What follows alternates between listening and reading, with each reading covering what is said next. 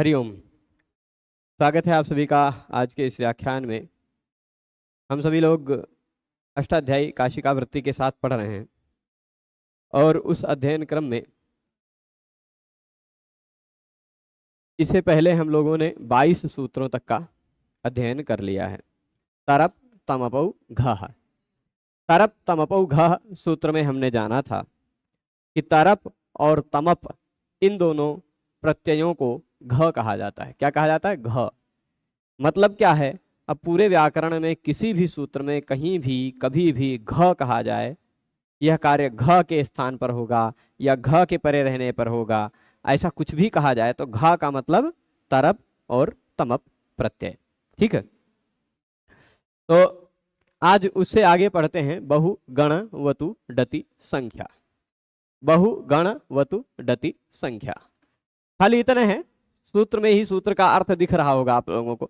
अब जब 20-22 सूत्र पढ़ चुके हैं तो शैली भगवान पाणिनि की थोड़ी थोड़ी समझ में आ रही होगी। ये कह रहा है बहु गण वतु डति, इन चारों को संख्या कहा जाता है। ठीक है, शुरुआत में ऐसे ऐसे ही नाम मिलेंगे, याद रखना है आपको। बहु को संख्या कहा जाता है, गण को संख्या कहा जाता है, वतु को संख्या कहा जाता है, डति को संख्या कहा जाता है। यही इस सूत्र का तात्पर्य है। अब बहु तो एक शब्द है, हम जानते हैं बहु बहुत अर्थ में बहु शब्द है ना। तो गण भी एक शब्द है, वो भी जानते हैं। लेकिन वतु और डति ये दोनों प्रत्यय हैं। क्या है? वतु और डति ये दोनों क्या है? प्रत्यय हैं। और प्रत्यय जो होते हैं ना, प्रत्यय कभी भी पूरे व्याकरण में कहा जाए, कभी प्रत्यय की संज्ञा की जा रही हो तो वह संज्ञा प्रत्यय की नहीं होती है, वह संज्ञा प्रत्ययांत की होती है।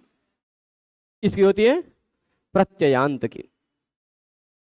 तो जो बहु गण इन दोनों में कोई समस्या नहीं, पर वतु डति को जो संख्या कहा जा रहा है तो उसका मतलब वतु की संख्या संज्ञा होगी, ये नहीं है।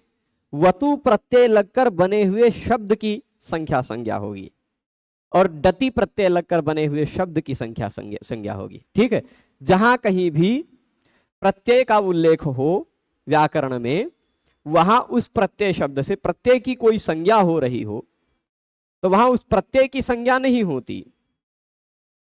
ठीक, तो प्रत्ययांत की संख्या वो संज्ञा होती है। ठीक है, तो प्रत्यय और प्रत्यय ग्रहण है तदंताः ग्राह्य। प्रत्यय ग्रहण होने पर प्रत्यय का भी ग्रहण होता है, प्रत्ययांत का भी ग्रहण होता है। तो वतु प्रत्यय अकेले प्रयुक्त तो होता नहीं है। वतु प्रत्यय है वह किसी में लग कर ही प्रयोग होगा उसका, क्योंकि प्रत्यय अलग से उसका अलग से अकेले प्रयोग नहीं होता। प्रत्यय हमेशा किसी से लग कर आता है ना, वह अलग नहीं रहता है, लगा हुआ रहता है। तो इसलिए प्रत्यय लग कर बना हुआ जो शब्द है वह संख्या है। ठीक है, वतु प्रत्यय लगकर यावत तावत इत्यादि शब्द बनते हैं और डति प्रत्यय लग करके कति इत्यादि शब्द बनते हैं। तो बहु गण ये दो शब्द तथा वतु प्रत्यय लगकर बने हुए शब्द तथा डति प्रत्यय लगकर बने हुए शब्दों को हम लोग व्याकरण शास्त्र में एक नाम से जानते हैं। वह नाम क्या है? संख्या। लोक में हम संख्या शब्द से क्या समझते हैं? 1 2 3 4 इत्यादि, एकम द्वे त्रीणि चत्वारि इत्यादि, संस्कृत में भी है ना। संख्या मतलब 1 2 3 4 होता है। लेकिन व्याकरण शास्त्र में यदि पूछा जाए संख्या क्या है तो आप क्या बताएंगे? संख्या है बहु गण वतु और डति। बहु और गण दो शब्द हैं, वतु और डति दो प्रत्यय हैं। तो बहु और गण दो शब्द तथा वतु और प्रत्यय लगकर बना शब्द, डति प्रत्यय लगकर बना शब्द, इसको कहा जाता है संख्या। इतना अर्थ समझ गए सूत्र का? तो सूत्र का इतना ही अर्थ है, बाकी जो कुछ भी है वह समझने के लिए है, समझने के लिए, मतलब इसी को विस्तार से उदाहरणों के लिए, उदाहरण बताने के लिए बाकी बातें। ठीक, व्याकरण शास्त्र में कभी कभी कुछ वर्णों का या कुछ शब्दों का संक्षेप रूप में निर्देश करने के लिए भगवान पाणिनि संज्ञा कर देते। अब उनको बार बार बहु के लिए भी कोई नियम बनाना है, गण के लिए भी कोई नियम बनाना है, वतु के लिए भी कोई नियम बनाना है, डति के लिए भी कोई नियम बनाना है, तो सब शब्दों को अलग अलग बार बार कहने की क्या आवश्यकता? एक कई बार कह देंगे संख्या, बाकी आप पूरा समझ लीजिए बहुगण वतु डति। वतु प्रत्यय लगकर बना शब्द, डति प्रत्यय लगकर बना हुआ शब्द। ठीक है, तो वतु मतलब क्या है? वतु कोई प्रत्यय है? वतु कोई प्रत्यय नहीं है। मूल रूप में वतुप प्रत्यय है। कौन सा? वतुप। वह वतुप प्रत्यय में से बचता है वतु, इसलिए वतु लिख दिया है।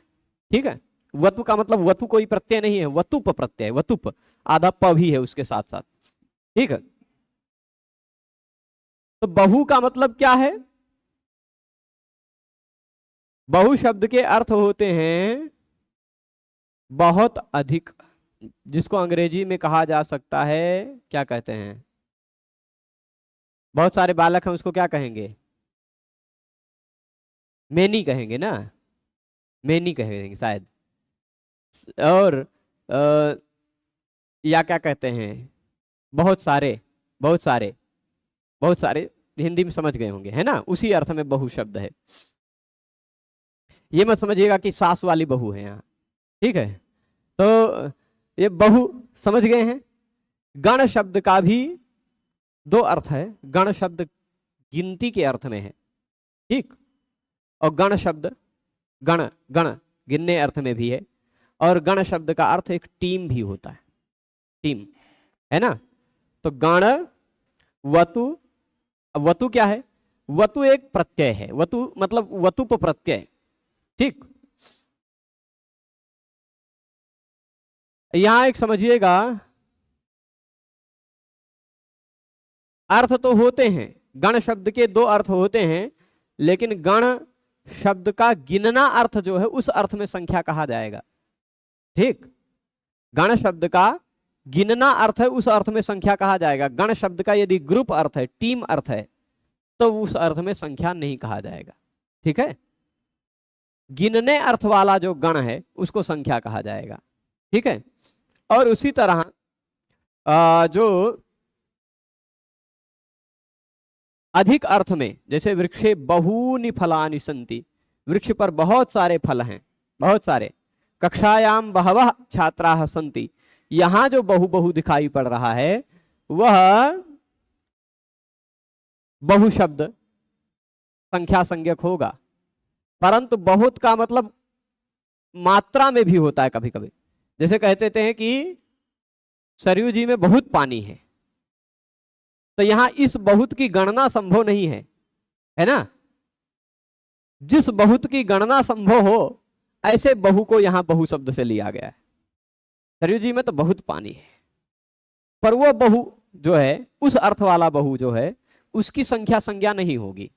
ठीक, परंतु ये आश्रम में बहुत छात्र हैं, यहां जो बहु है, आश्रम में बहु छात्रा, उस बहु की गणना संभव है, तो उसको संख्या कहा जा सकता है। ठीक, तो बहु और गण दोनों का तात्पर्य समझ गए होंगे।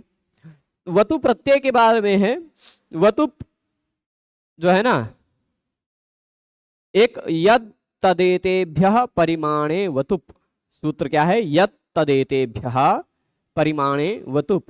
सूत्र नंबर 5-2-39। ठीक है, सूत्र नंबर निकाल लेंगे 5-2-39। सूत्र क्या है?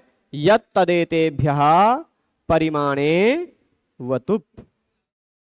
यद तद एतद, इन तीनों शब्दों से परिमाण अर्थ में वतुप प्रत्यय होता है। यद तद एतद, इन तीनों शब्दों से परिमाण अर्थ में वतुप प्रत्यय होता है। ठीक है, यद तदेतेभ्यः परिमाणे वतुप। अब इसके बाद आगे क्या कह रहे हैं कि अच्छा, किमिदम्भ्याम वो घः, किमिदम्भ्याम वो घः, ऐसा सूत्र है। किम इदम शब्द से भी वतुप प्रत्यय करता है। ठीक, लेकिन वतुप जो है ना, वतुप के व को घ हो जाता है, तो वतुप घतुप हो जाता है। ठीक, वो किमिदम्भ्याम वो घा एक और नियम। तो वतुप के लिए केवल दो सूत्र हैं, एक यत तदेतेभ्यः परिमाणे वतुप, यत यावत, यत शब्द से वतुप लगकर यावत बनता है, तद शब्द से वतुप लगकर तावत बनता है, एतद शब्द से वतुप लगकर एतावत बनता है। यावत तावत एतावत तीनों लिंगों में ये शब्द चलते हैं, यावत तावत एतावत। ये जो तीन शब्द बने हैं वतु लगकर, वतु पर मैं चल रहा हूं, बहु और गण को मैंने प्रकाशित कर दिया, वतु पर चलने। वतु का मतलब क्या है? यद शब्द, तद शब्द, एतद शब्द, इन तीनों शब्दों से परिमाण अर्थ में, है ना, परिमाण अर्थ में वतुप प्रत्यय लगता है। परिमाण मतलब नापने या क्या कहते हैं, जिससे मान किया जा सकता है, जिससे नापना संभव है ना।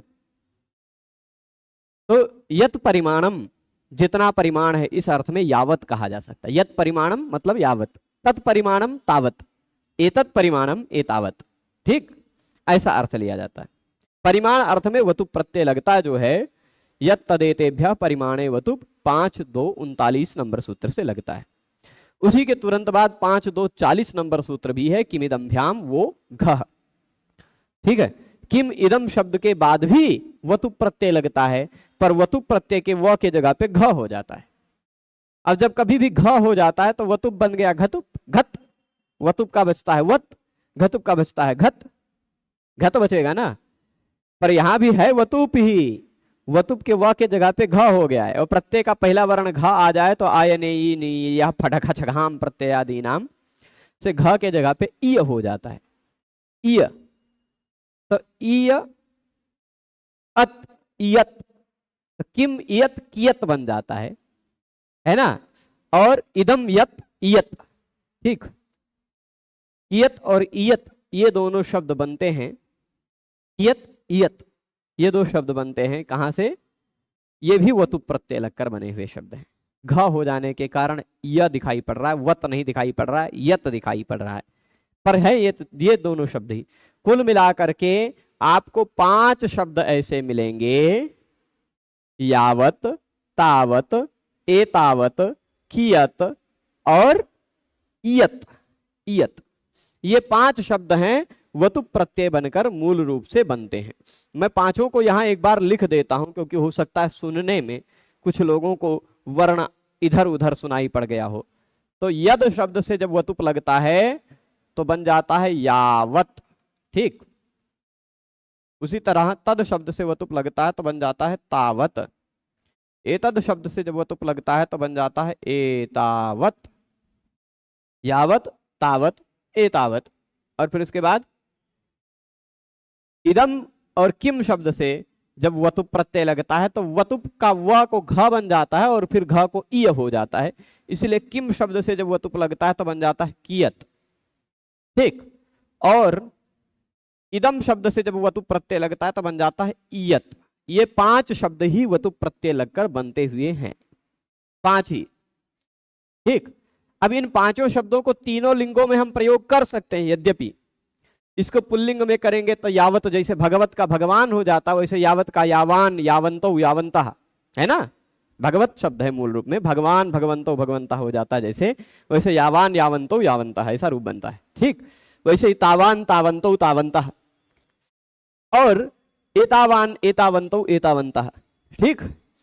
ये जो है इयत में, कियत में कियान कियंतो कियंतः, अत जो है वह आन हो जाता है पुल्लिंग में, है ना। भवत भवान, भगवत भगवान, विद्वत विद्वान, है ना। अत आन हो जाता है प्रथमा विभक्ति में। तो वैसे कियत बन जाता है कियान कियंतो कियंतः, इयान इयंतो इयंतः, ये पुल्लिंग में। स्त्रीलिंग में भी जैसे भगवत बन जाता है भगवती, वैसे स्त्रीलिंग में भी ये यावती, तावती, एतावती, कियती, इयती, ये इस तरह चल जाएगा, है ना। अब नदी की तरह शब्द रूप चला लीजिएगा, यावती यावत्यौ यावत्यः, नदी नद्यौ नद्यः की तरह, एतावती एतावत्यौ एतावत्यः, तावती तावत्यौ तावत्यः, कियती कियत्यौ कियत्यः, इयती इयत्यौ इयत्यः। मैं इसलिए बोल रहा हूं क्योंकि आपको पता चले कि ये तीनों लिंगों में चलते हैं, 5 शब्द, लेकिन तीनों लिंगों में मिला करके बन जाते हैं 15 शब्द, है ना। पुल्लिंग में ही है, मूल रूप में पांचे हैं, पर ये तीनों लिंगों में अलग अलग शब्द रूप इसके चलते हैं। नपुंसक लिंग में यावत, यावती, यावंती, तावत, तावती, तावंती, एतावत, एतावती, एतावंती, ऐसे ही इयत, इयति, इयंती, कियत, कियति, कियंती, ऐसा रूप चलता है जगत शब्द की तरह, जगत, जगती, जगंती। तो अत जिसके अत अंत में है, ऐसे शब्द की तरह इसके सारे रूप पुल्लिंग, स्त्रीलिंग, नपुंसकलिंग तीनों में चलेंगे। ये हो गई बात वतु की। आप जान गए बहु, गण, वतु। ठीक है। दति भी एक प्रत्यय है, दति भी एक प्रत्यय है जो केवल किम शब्द से लगता है। ठीक है, किम शब्द से लगता है दति प्रत्यय। तो दति प्रत्यय लगकर बनता है केवल एकमात्र शब्द जिसको कहा जाता है कति। किम शब्द से दति लगता है, बन जाता है कति, है ना। मैंने बताया है, हो सकता है एक दो बार आया हो पहले प्रसंग में, कि प्रत्यय में डकार रहता है तो वो अपने से पहले टी को डकार जाता है ना, बताया ना। दति प्रत्यय में ड है, ड है तो किम में से इम को खा जाएगा। किम में जो स्वर वर्ण से लेकर के इम है उसको खा जाएगा, किम में से खाली क बचेगा, क अति, दति का अति बचा, कति बन गया। ठीक है, तो कति ये दति प्रत्यय लगकर बना हुआ उदाहरण है। बहु, गण, वतु, दति, चारों समझ में आ गया। ये बहु शब्द, गण शब्द और वतु प्रत्यय लगकर बने हुए ये 5 शब्द और दति मिलाकर के एक 6, यानी 5 एक 6 शब्द तथा वहु और गण 2 मिलाकर 8, कुल मिलाकर के 8 शब्दों को इस सूत्र के आधार पर संख्या कहा जाता है। अब पूरा निष्कर्ष हो गया ना। बहु मतलब एक शब्द जिसका अर्थ जिसको गिना जा सके, ऐसा वाला अर्थ हो। बहु मतलब बहुत जल वाला नहीं, है ना। जैसे गाय बहुत दूध देती है तो बहुत का मतलब कितने बूंद होता है, कोई गिन सकते है ना। तो वो बहुत जो है गणनीय नहीं होता, इसलिए उसकी संख्या संज्ञा नहीं है अभिप्रेत। ठीक है ना। तो बहु, गण, वतु, दति। इसके बाद क्या करें, दति। तो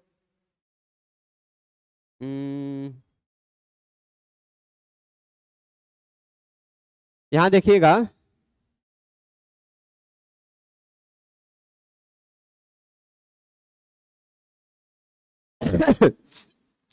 बहुगण व तुर्दति संख्या हो गया ना। कुछ कैमरा आज क्वालिटी गड़बड़ लग रही है कैमरा में, पर कोई दिक्कत नहीं, हम इसको, आज थोड़ा काला ज्यादा दिख रहा है, मैं इसको सुधार रहा हूं।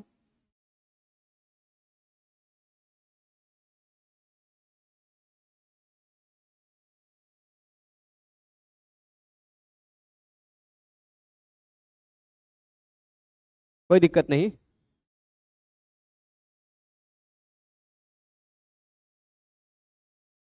चलेगा, थोड़ा बहुत सुधारे हैं। हाँ, बहु, गण, वतु, दति संख्या। यहाँ अब बहु जान गए, गण जान गए। गण भी मतलब जो गिनने वाले अर्थ वाला गण है। वतु मतलब ये इतने, और दति मतलब यह। इनको कहा जाता है व्याकरण शास्त्र में, क्या कहा जाता है, संख्या। अच्छा, अब संख्या शब्द कर, संख्या संज्ञा करने का क्या फल है, संख्या संज्ञा करने का क्या लाभ है। क्योंकि अभी तक हमने जितनी भी संख्याएं पढ़ी, जितनी भी संज्ञाएं पढ़ी, वो सभी संज्ञाएं कुछ ना कुछ फल देती हैं, है ना। उनका कहीं ना कहीं प्रयोग होता है। तो क्या भगवान पाणिनि ने संख्या शब्द का कहीं और प्रयोग किया है? ठीक,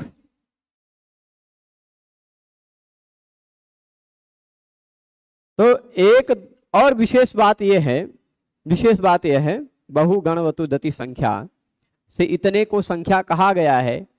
इसका मतलब यह है कि लोक में जो 1 2 3 4 5 6 7 8 संख्या हैं उनको संख्या नहीं कहा जाएगा, ऐसा नहीं है, है ना। लोक में जो 1 2 3 4 इत्यादि संख्या हैं, एकम, एक, द्वि, त्रि इत्यादि जो संख्याएं हैं संस्कृत में, उन संख्याओं को भी संख्या कहा जाएगा। उनके अतिरिक्त लोक में कुछ और ऐसी है जिनको संख्या नहीं कहा जाता है, उनको भी संख्या कहा जाएगा, है ना।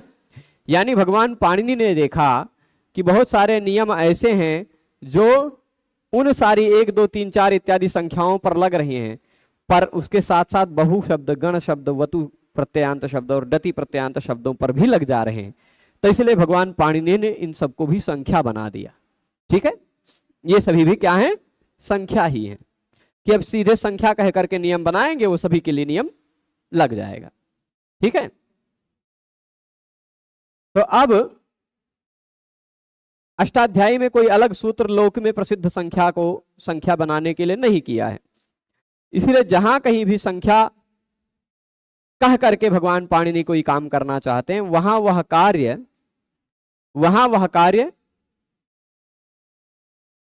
उभय गतिरिह भवति, एक परिभाषा मिलेगी लगभग, परिभाषा नंबर परिभाषेन्दु शेखर में 18 के आसपास, परिभाषेन्दु शेखर में पुस्तक में परिभाषा नंबर 18 के आसपास होगा। जो लोग 1 2 लोग कहे कि आप पढ़ाते हैं तो कुछ कुछ पुस्तकों का नाम बीच में बोलते हैं, तो हम वो भी खरीद के रख लिए हैं, आप बोलते हैं तो तुरंत हम खोल के देख लेते हैं, तो इसीलिए मैं नंबर भी बता दिया कि उभय गतिरिह भवति, उसको आप दृष्टि में रख लीजिएगा, उसका भी प्रसंग इस सूत्र में आएगा। मैं एकदम से राइट नंबर बता देता हूँ, 9 नंबर पे ही है, 18 कैसे पहुंच गया मैं? नहीं तो कुछ दूसरा है।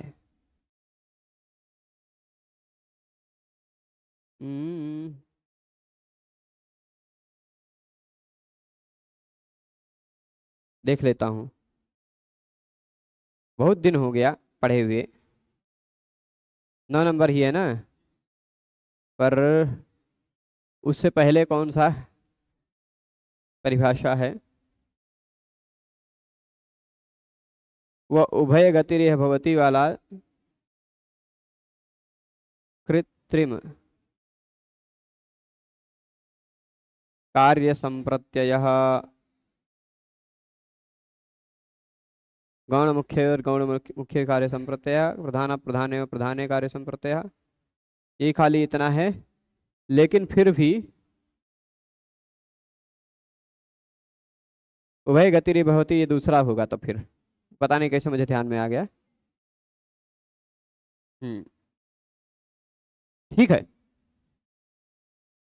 सही है, मेरे दिमाग से ही आया था, परिभाषा नंबर गड़बड़ हो गया था, 9 नंबर परिभाषा ही है, कंफर्म कर लिया, दुगना हो गया है।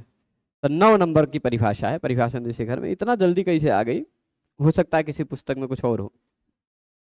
तो उभय गतिरिह भवति, वो परिभाषा, कभी कभी प्रश्न उठता है कि पाणिनि व्याकरण में संख्या किसको कहा गया? किसको कहा गया? बहु शब्द, गण शब्द, वतु प्रत्यय लगकर बने हुए 5 शब्द है ना, 2 और 5 7 हो गए है ना, बहु गण और वतु प्रत्यय लगकर बने हुए 5 तथा डति प्रत्यय लगकर बना हुआ 1, कुल मिलाकर के 8 शब्दों को कहा जाता है संख्या। तो व्याकरण में यदि कभी किसी सूत्र में संख्या शब्द का ग्रहण किया जाए, संख्यायाः विधार्थे धा है ना, संख्यायाः अतिशदंतायाः कन इत्यादि सूत्रों में कहीं भी संख्या शब्द को ग्रहण किया जाए तो संख्या शब्द से केवल और केवल बहु गण वतु डति का ही ग्रहण हो पाएगा। लौकिक जो संख्या प्रसिद्ध है उसका ग्रहण नहीं हो पाएगा, है ना। यह प्रश्न उठता है कि नहीं? जब व्याकरण शास्त्र में संख्या किसको कहा गया? खाली अभी तक तो जानकारी प्राप्त जानकारी के अनुसार इन्हीं चारों को कहा गया है, बहु गण वतु डति को ही। तो बहु गण वतु डति, गण एक बार फिर से बता दें, देखिए गण शब्द जो है वह, गण शब्द के 2 अर्थ हैं, टीम और गण मतलब गिनती, गिनना। तो गिनने अर्थ वाला जो गण है उसी की संख्या संज्ञा होगी, टीम अर्थ वाला जो गण है उसकी संख्या संज्ञा नहीं होगी। ठीक है, यही तात्पर्य है।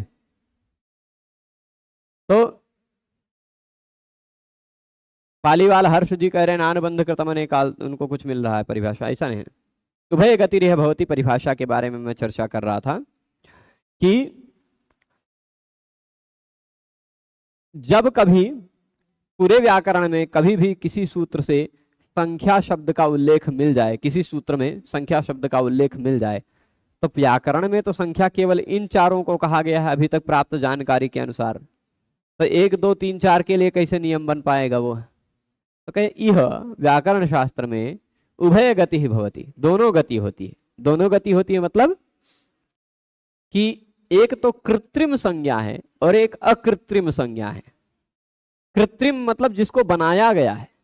पाणिनि भगवान ने इन चारों को संख्या बनाया है, ये संख्या नहीं है ना। जैसे पार्वती, गौरी, शची, स्त्री इत्यादि नदी नहीं है, नदी नहीं है, लेकिन पाणिनि भगवान ने उसको कह दिया कि ई अंत में आ रहा हो, स्त्रीलिंग हो, मतलब नदी है ना। तो जब पाणिनि भगवान उसको नदी कह रहे हैं, क्या कह रहे हैं? नदी। तो यह जो नदी है वो कृत्रिम नदी है। व्याकरण शास्त्र में ही केवल उसको नदी कहा जाएगा। लोक में ऐसा चाहे कि कोई उसमें नहा ले, है ना, तो वो नहीं नहा सकता है, तो वो नदी नहीं है। तो कुछ संज्ञा होती है कृत्रिम संज्ञा होती है जो केवल व्याकरण शास्त्र में जानी जाती है, और कुछ होती अकृत्रिम होती है वास्तविक संज्ञा। नदी एक प्रसिद्ध नदी भी है और एक नदी व्याकरण शास्त्र वाली नदी भी है। उसी तरह संख्या एक प्रसिद्ध संख्या भी है जिसको 1 2 3 4 इत्यादि कहते हैं, और संख्या के साथ साथ एक वो क्या नाम है लोक में जो प्रसिद्ध संख्या वो 1 2 3 4 इत्यादि, और बहुगण वतुदति इत्यादि भी है ना। तो इसलिए उभय गति रेह भवती कह रहा है कि दोनों गति मानी जाएगी। लौकिक संज्ञा जो लोक प्रसिद्ध संज्ञा है वह भी संज्ञा होगी, जो लोक प्रसिद्ध संज्ञा नहीं है व्याकरण शास्त्र में प्रसिद्ध संज्ञा है वो भी होगी। ठीक है। तो कभी भी संख्या शब्द का निरूपण करके कोई नियम बनाए भगवान पाणिनि, तो वह नियम इन 4 प्रकार के मतलब कुल मिलाकर 8 शब्दों पर लगेगा और 1 2 3 4 इत्यादि संख्याओं पर भी लगेगा। स्पष्ट है? तभी बता रहे हैं बहु गण वतु डति इत्येते संख्या संज्ञाः भवन्ति। ये इतने को संख्या कहा जाता है। बहु कृत्वः ये शब्द कैसे बना? आ जाते हैं अब उदाहरण पर। ठीक है, उदाहरण पर आ जाते हैं। बहु कृत्वः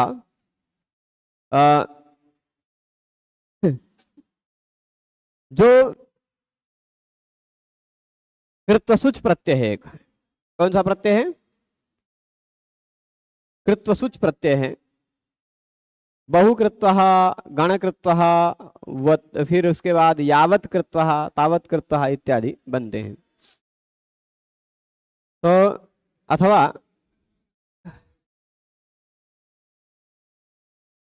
चलेगा बहुकृत्वः बनाते हैं संख्यायाः क्रियाभ्यावृत्ति गणने कृत्वसुच। ठीक, सूत्र क्या है? संख्यायाः, सूत्रवा में लिख दूं, ये इतने 6 शब्दों को याद रखेंगे ना बहुगण के अतिरिक्त। वतु मतलब ये 5 शब्द, और डति मतलब कति शब्द। डति प्रत्यय लगकर बना हुआ कति शब्द। वत जी बताते हैं, अभी चिंतन करते हैं, उस पर भी आएंगे। ठीक है, तो अब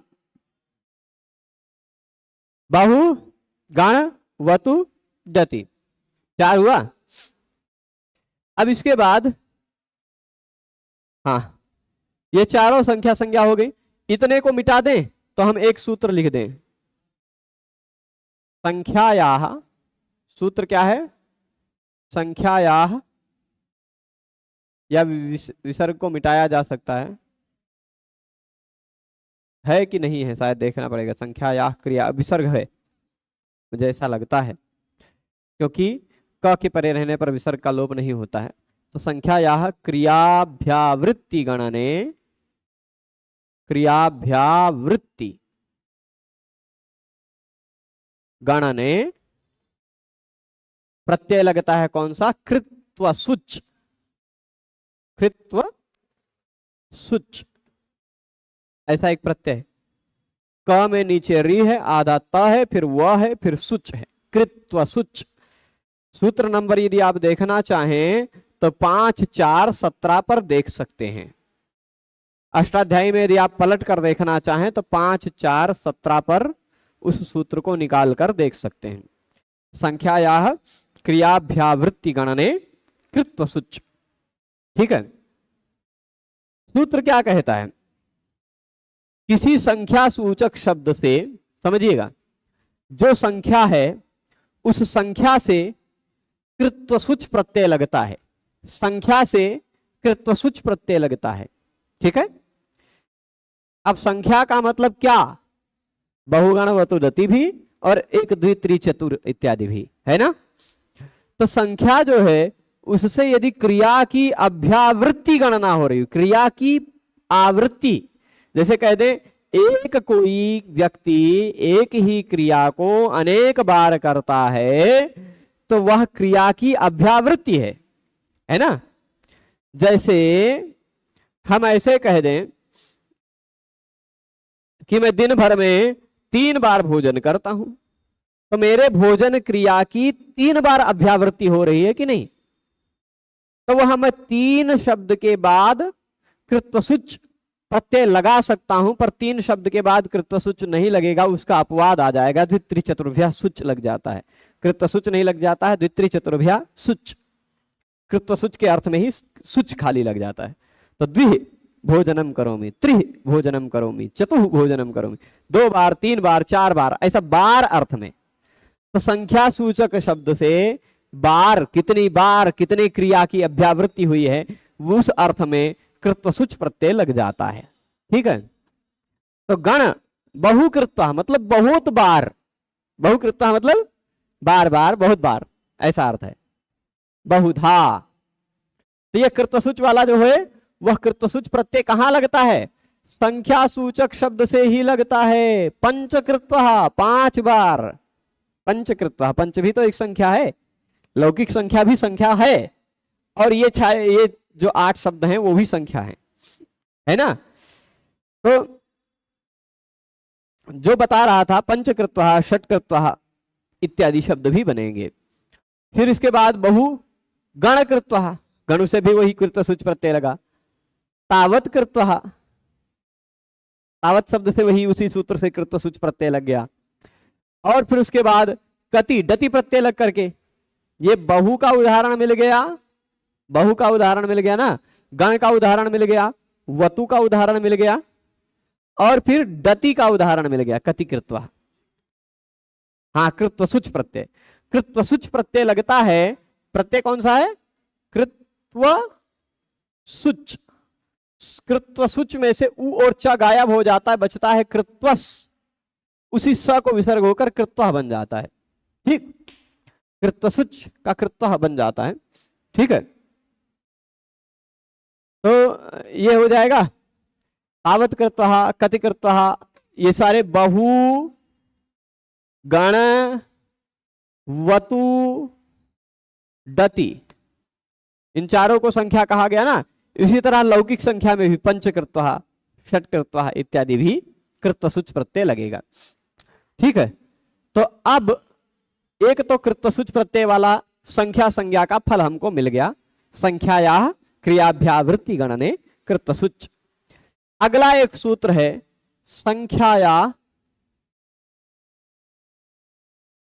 विधार्थे धा,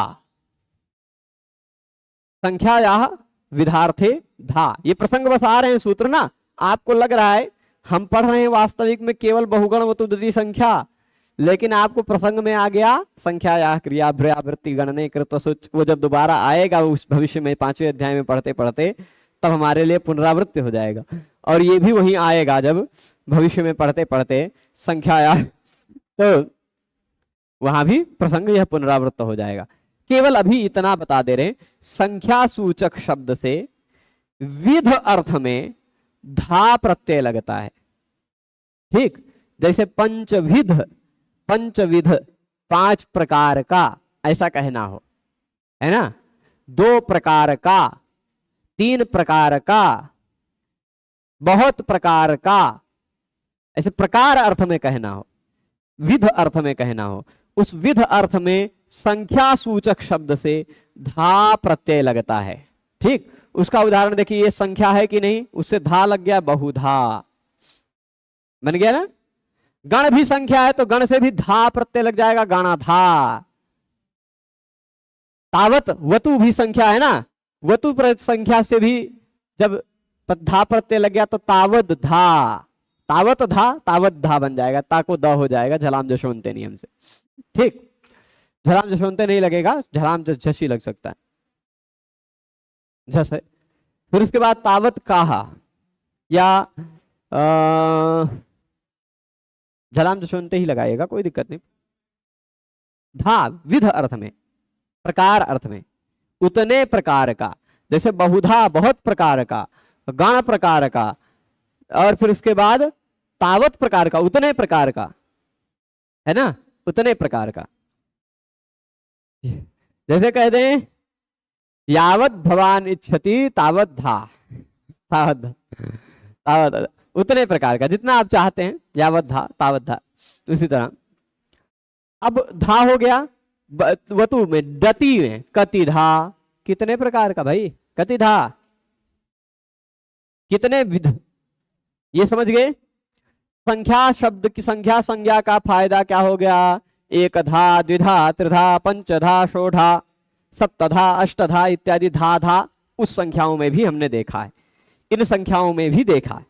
अच्छा, जो संख्या एकधा द्विधा त्रिधा चतुर्धा इत्यादि में जो नियम लगते हैं वो कति में भी लग जा रहा है, कतिधा, इसलिए पाणिनि भगवान ने सोचा कि चलो इसको भी संख्या के ग्रुप में डाल देते हैं, डाल दिया, इसलिए संख्या शब्द कर दिया, है ना। जो 1 2 3 4 इत्यादि पर नियम लग सकता है वो यावत तावत इत्यादि पर भी लग जाता है, इसलिए उसको भी संख्या में डाल दिया, है ना।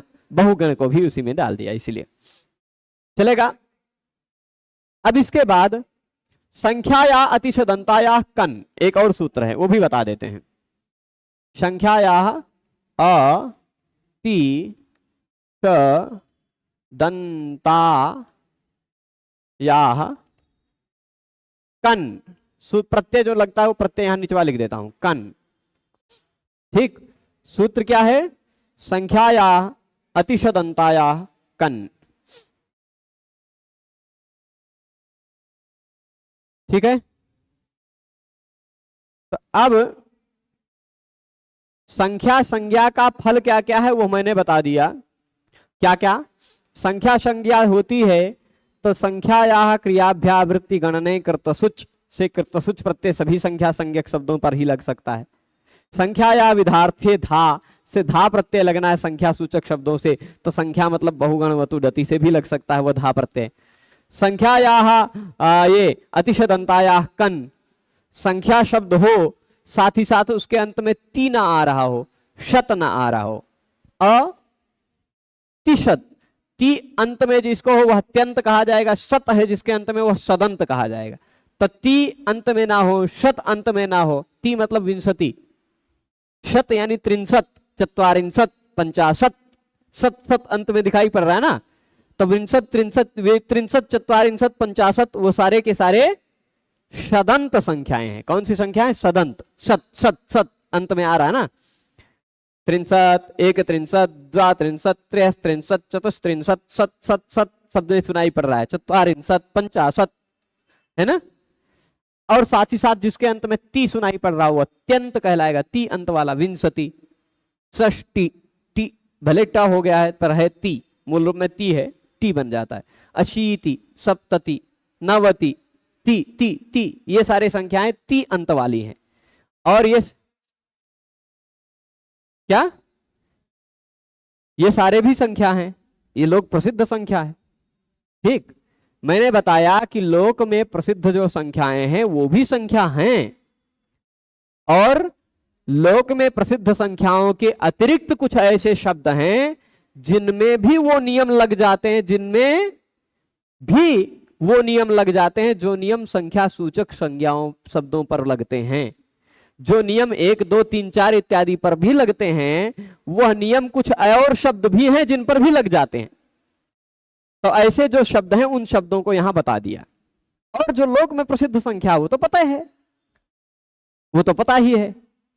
और वो भी पाणिनि जी को अभिप्रेत है। ऐसा क्यों? क्योंकि संख्या या अतिशत, कहीं शत आ रहा है किसी संख्या में? नहीं आ रहा। तो शदंत कहा, इसका मतलब भगवान पाणिनि 63, 44, 50 इत्यादि को भी संख्या मान रहे हैं। अब विंती कहा है, इससे मतलब पाणिनि जी विंशति, 63, विंशति, सप्तति, षष्टि, अशीति, नवति इत्यादि को भी संख्या मान रहे हैं। तो ऐसी जो संख्या हो जिसके अंत में ती ना आ रहा हो, अति, अति मतलब ती ना आ रहा हो, शत ना आ रहा हो, ऐसी संख्याओं के बाद कन प्रत्यय लग जाता है। मतलब एकोनविंशति के बाद की जितनी भी संख्याएं हैं, शतम तक, शतम में लग जाएगा, शतम में लग जाएगा, शतकम बनाता है ना, शतकम शत से कन लग जाएगा।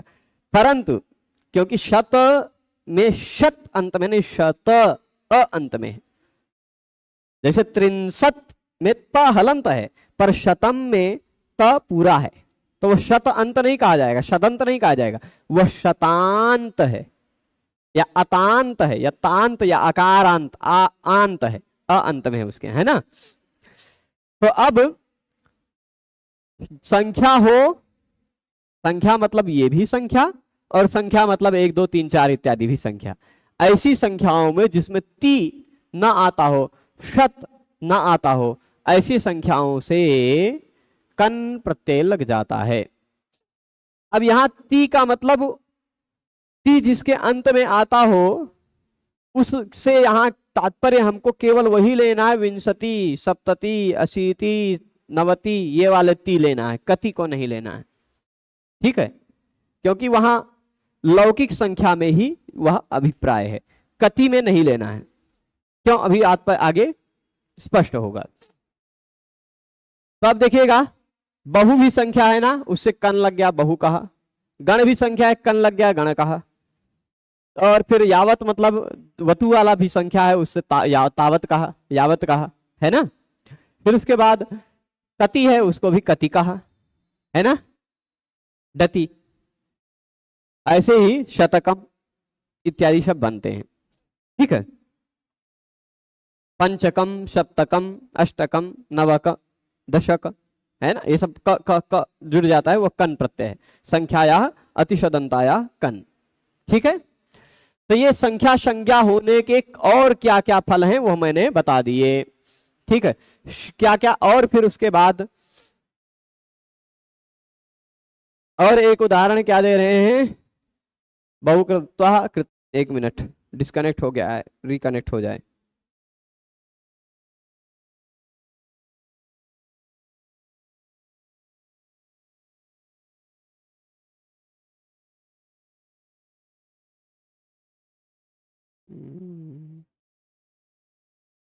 देखिए, यावत तावत शब्दों से संख्या का बोध कैसे हो सकता है?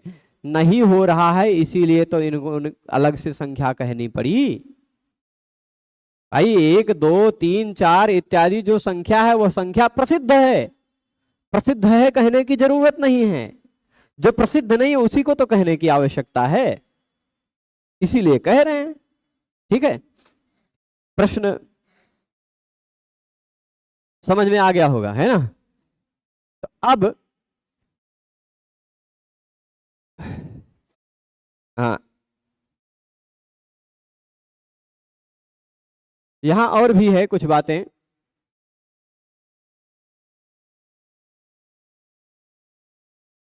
और यहाँ कुछ और भी वार्तिक भी हैं, 1 2। वो वार्तिक संभवतः है क्या, संख्यावाचिनो रेव भूर्जादीनां निवृत्त्यर्थम बहुगण शब्दयो वैपुल्य संघे च वर्तमानयोरिह ग्रहणम नास्ति। यहाँ एक बात बता रहे हैं, ए भाई खतरनाक है।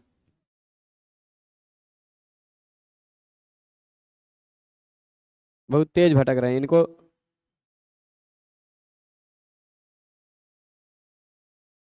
एक पक्षी है, छोटा सा पक्षी, जो कभी कभी काट लेता है तो मोटा हो जाते हैं। वही पक्षी मंडरा रहा है बहुत ज्यादा। अरे प्रभु, रुकिए, इनका उपाय करते हैं, इनका अब उपाय कर देंगे, आने दीजिए। हाँ, कहाँ गया? अच्छा, हाँ, ठीक है, ठीक है। तो अब भाई,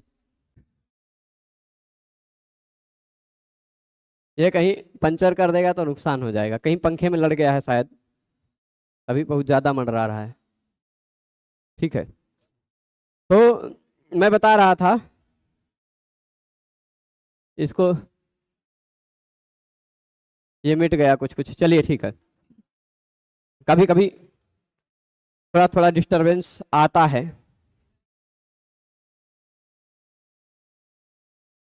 यहाँ अब देखिएगा,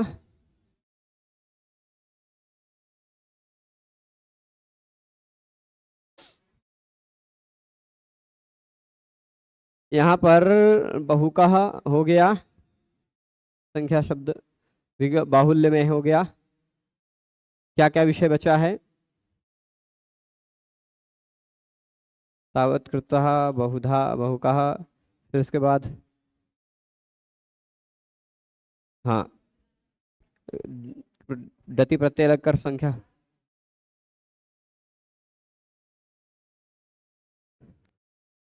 ठीक है, तो अब मैं बता रहा था, एक बहुशः इत्यादि जो शस प्रत्यय लगता है, मुझे जो इसका नियम आ रहा है, इसमें संख्या कहीं दिखाई नहीं पड़ रही है। नियम में देख लेता हूं कहीं संख्या की अनुवृत्ति आ रही है क्या।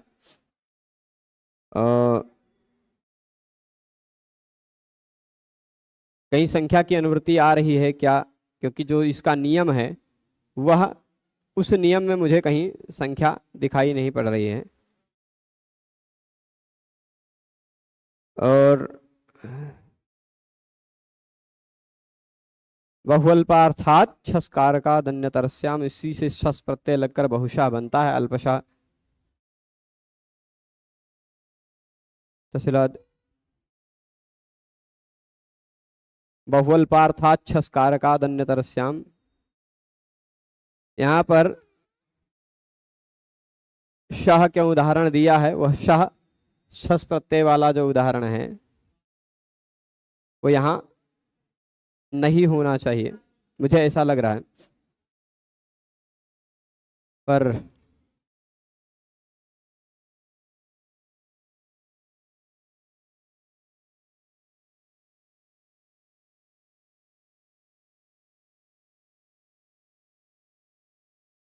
यहाँ एक मिनट,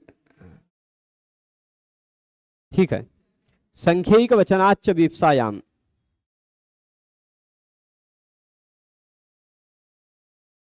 संख्यिक वचनाच्च वीप्सायाम, ये सूत्र मुझे ध्यान में नहीं आ रहा था, कभी कभी ऐसे हट जाता है। वीप्सायाम 5 4 43 नंबर का सूत्र है, 5 4 43, 5 4 4 3। ठीक, 5वां अध्याय, चौथा पाद, 43 नंबर का सूत्र। क्या नहीं प्रभु,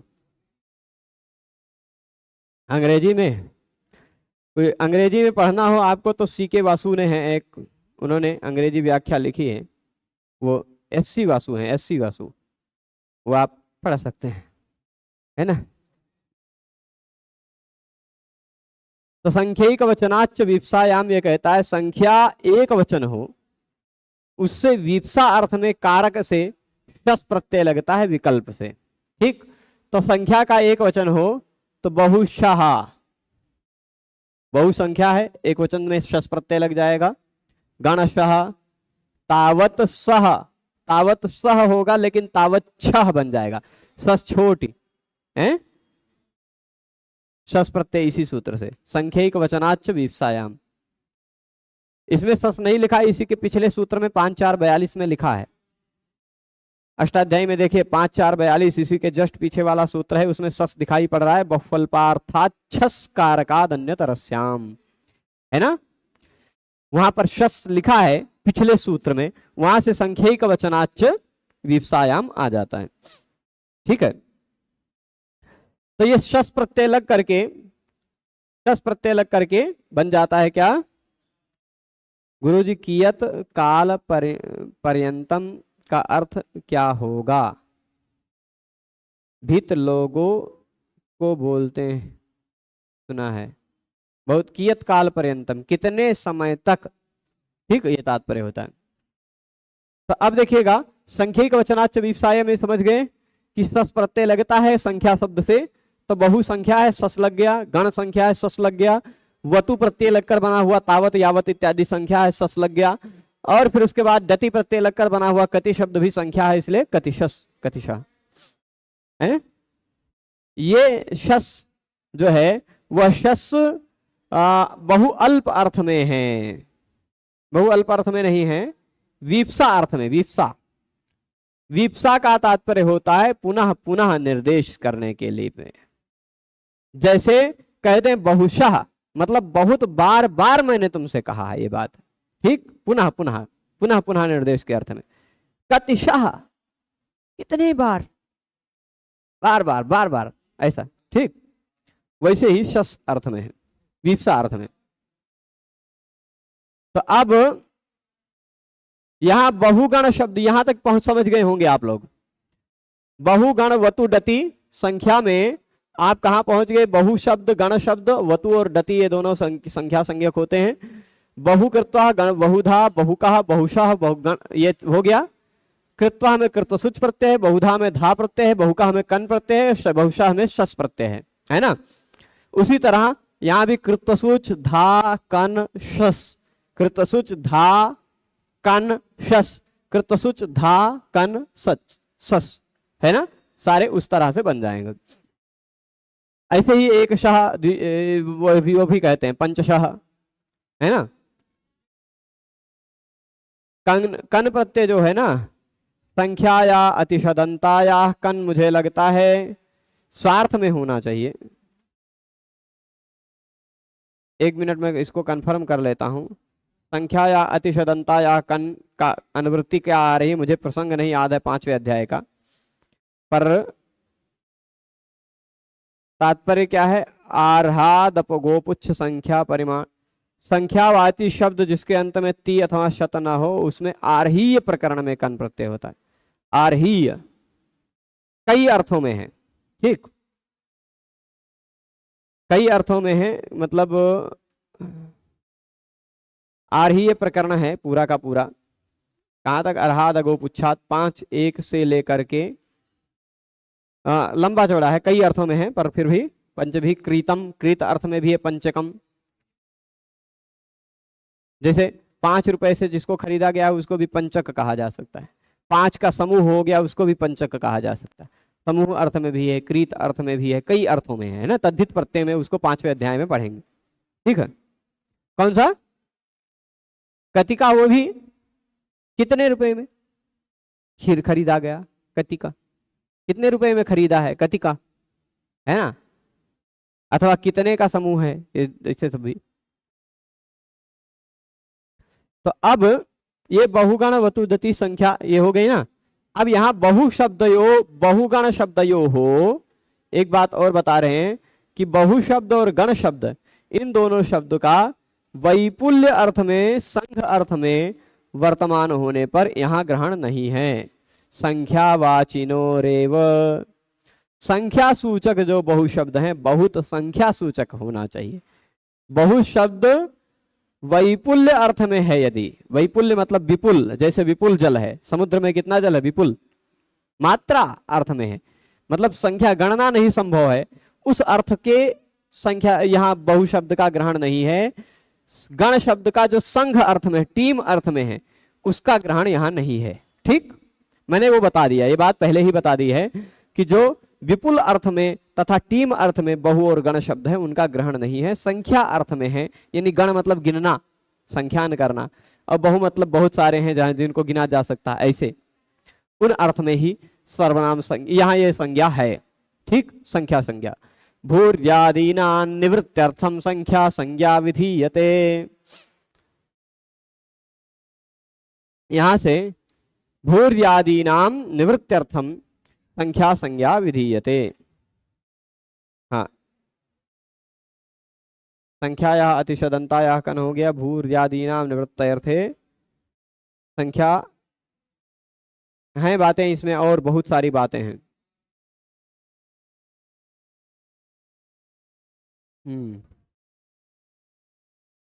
भूर्यादीनाम निवृत्त्यर्थम संख्या संज्ञा विधीयते।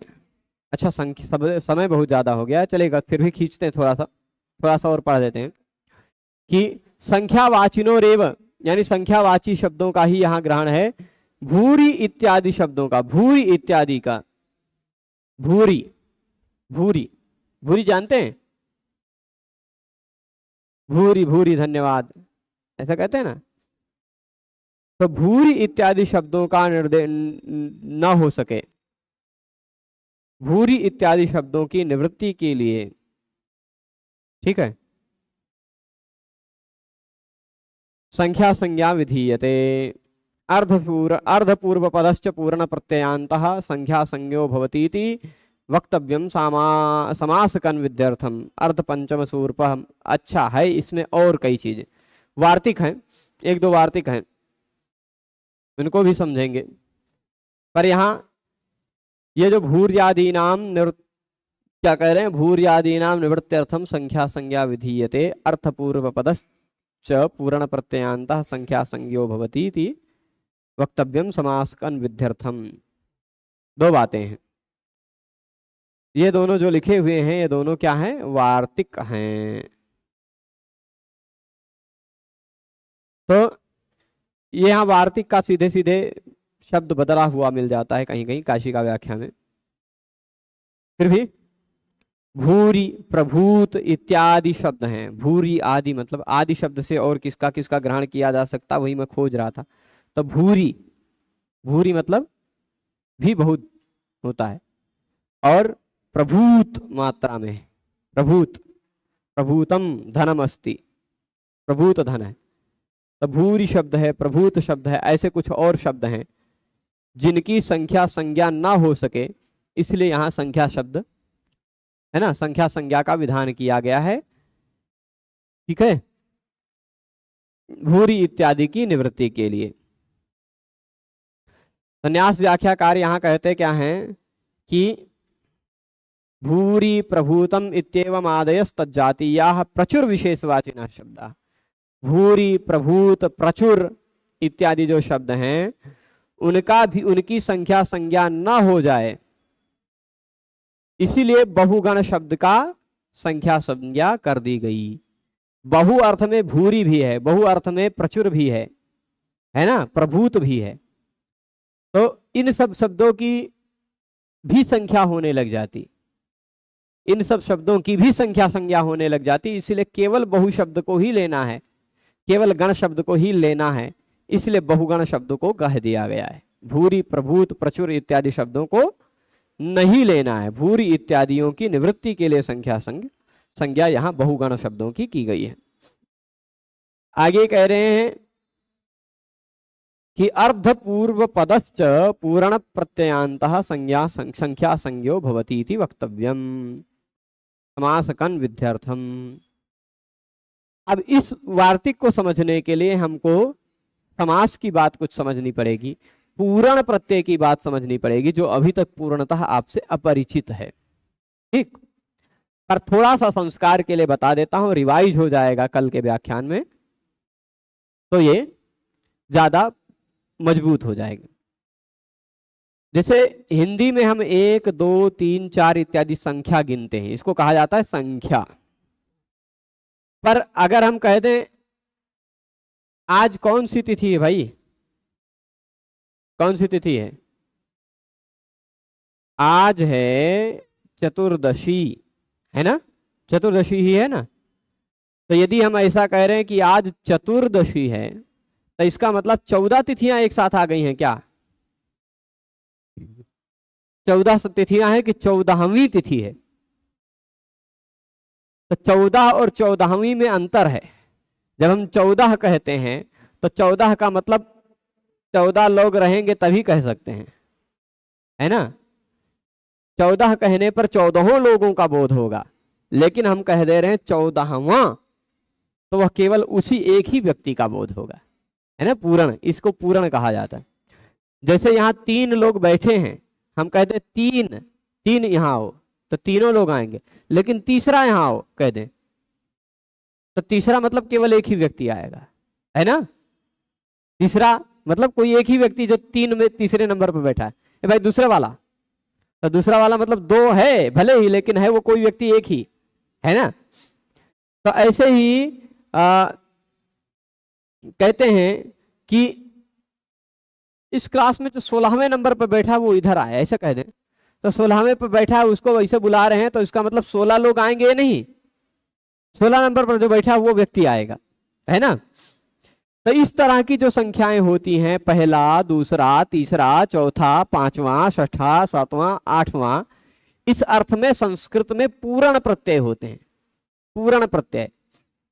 तो उसको कहा जाता है द्वितीय, तृतीय, चतुर्थ, पंचम, षष्ठ, सप्तम, अष्टम, नवम, दशम, एकादश, द्वादश, त्रयोदश, चतुर्दश, पंचदश, षोडश, सप्तदश, तीनों लिंगों में होते हैं। द्वितीय, तृतीय, चतुर्थी, पंचमी, षष्ठी, सप्तमी, अष्टमी इत्यादि होती है। और इसी तरह क्या कहते हैं नपुंसक लिंग में द्वितीयम, तृतीयम, चतुर्थम, पंचमम, षष्ठम, सप्तमम, अष्टमम, नवमम, दशमम, ये सब होते हैं।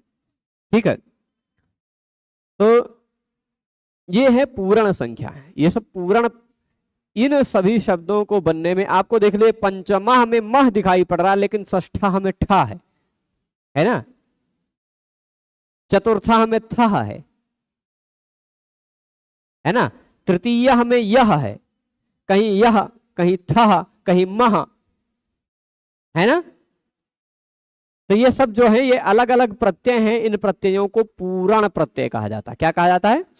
पूर्ण प्रत्यय।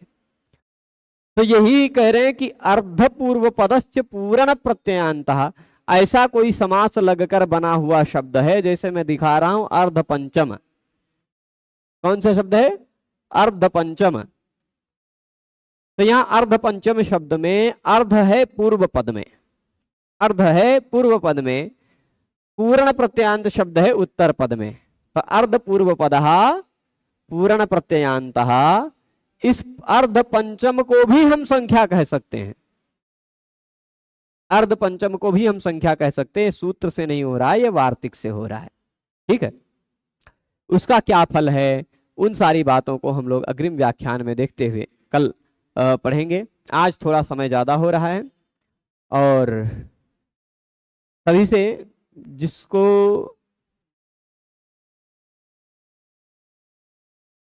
जिसको प्रारंभ से संस्कृत सीखना हो वह कैसे पढ़े। कभी संस्कृत नहीं पढ़ा परंतु अब संस्कृत में विद्वान बनना चाहता है, तो प्रारंभ कहाँ से किए? ठीक है भाई नीरज जी, प्रारंभ से पढ़ना है तो भगवान पाणिनि के दो व्याकरण को ही प्रारंभ से ही पढ़िए। अभी हम प्रारंभ में ही चल रहे हैं, 22वें 23वें सूत्र में चल रहे हैं।